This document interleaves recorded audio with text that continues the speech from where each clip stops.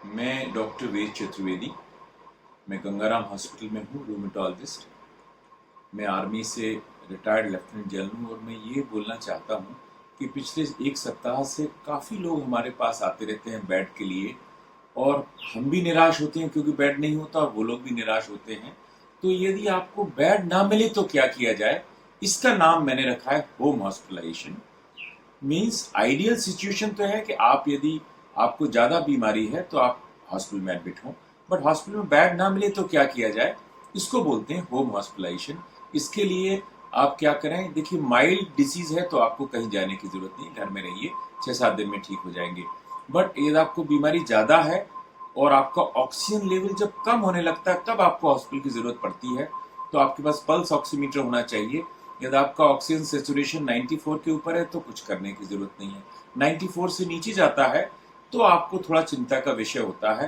तो आप क्या कीजिए कि आप एक चीज प्रैक्टिस कीजिए कि पेट के बल लेटने को, जिसको कि हम बोलते हैं प्रोन पोजीशन।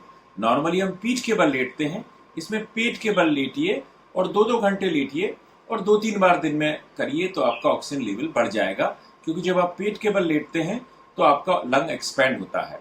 दूसरा चीज है, जब इससे ठीक नहीं हो रहा है तो आप घर में ही ऑक्सीजन सिलेंडर या ऑक्सीजन कंसंट्रेटर ले लीजिए। दोनों में क्या अंतर होता है कि ऑक्सीजन सिलेंडर को बार बार रिफिल करना पड़ता है, ऑक्सीजन कंसंट्रेटर एटमॉस्फेयर से ऑक्सीजन लेता है, थोड़ा महंगा होता है, बट दोनों चीजें घर में रखी जा सकती हैं। समझ लीजिए आपने 1-2 दिन किया और आपका ऑक्सीजन लेवल नहीं बढ़ रहा है तो आप किसी डायग्नोस्टिक सेंटर में जाके सीटी स्कैन करा लीजिए, या सीटी स्कैन में माइल्ड कोविड आता है तो ये सब चीजें कंटिन्यू रखिए, ज्यादा परेशान मत होइए। बट यदि चेंजेस सीवियर हैं तो जब तक हॉस्पिटल का बेड का पता लगाते रहिए, या फिर तो आपको एडमिट होना पड़ेगा। और यदि मॉडरेट है तो आप अपने क्या कीजिए, लोकेलिटी में एक डॉक्टर के टच में रहिए, जिसे हम लोग बोलते हैं टेली मेडिसिन। तो वो डॉक्टर आपको मॉनिटर करेगा कि आपको आपको एक दवा दी जा सकती है, उसका नाम है स्टेरॉयड। वो वाइसलोन की टैबलेट आती है 20 मिलीग्राम, वो रेमडेसिविर से भी ज़्यादा इफेक्टिव है, और 20 मिलीग्राम की टैबलेट आप डेली ले सकते हैं। समझ लीजिए आपने ये सब कर लिया, आपने ऑक्सीजन भी ले ली, आपने स्टेरॉयड भी ले लिया, आपका डॉक्टर आपको बोलेगा भाई आपको बीमारी ठीक नहीं हो रही, तब आपको हॉस्पिटल में एडमिट होना पड़ेगा।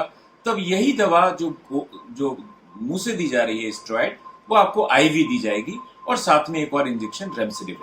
इसको बोलते हैं हम कि यदि आपको हॉस्पिटल बेड ना मिले तो होम हॉस्पिटलाइजेशन। तो इस ज्यादा चिंता मत करिए, आपका घर आप कन्वर्ट कर सकते हैं। जय हिंद।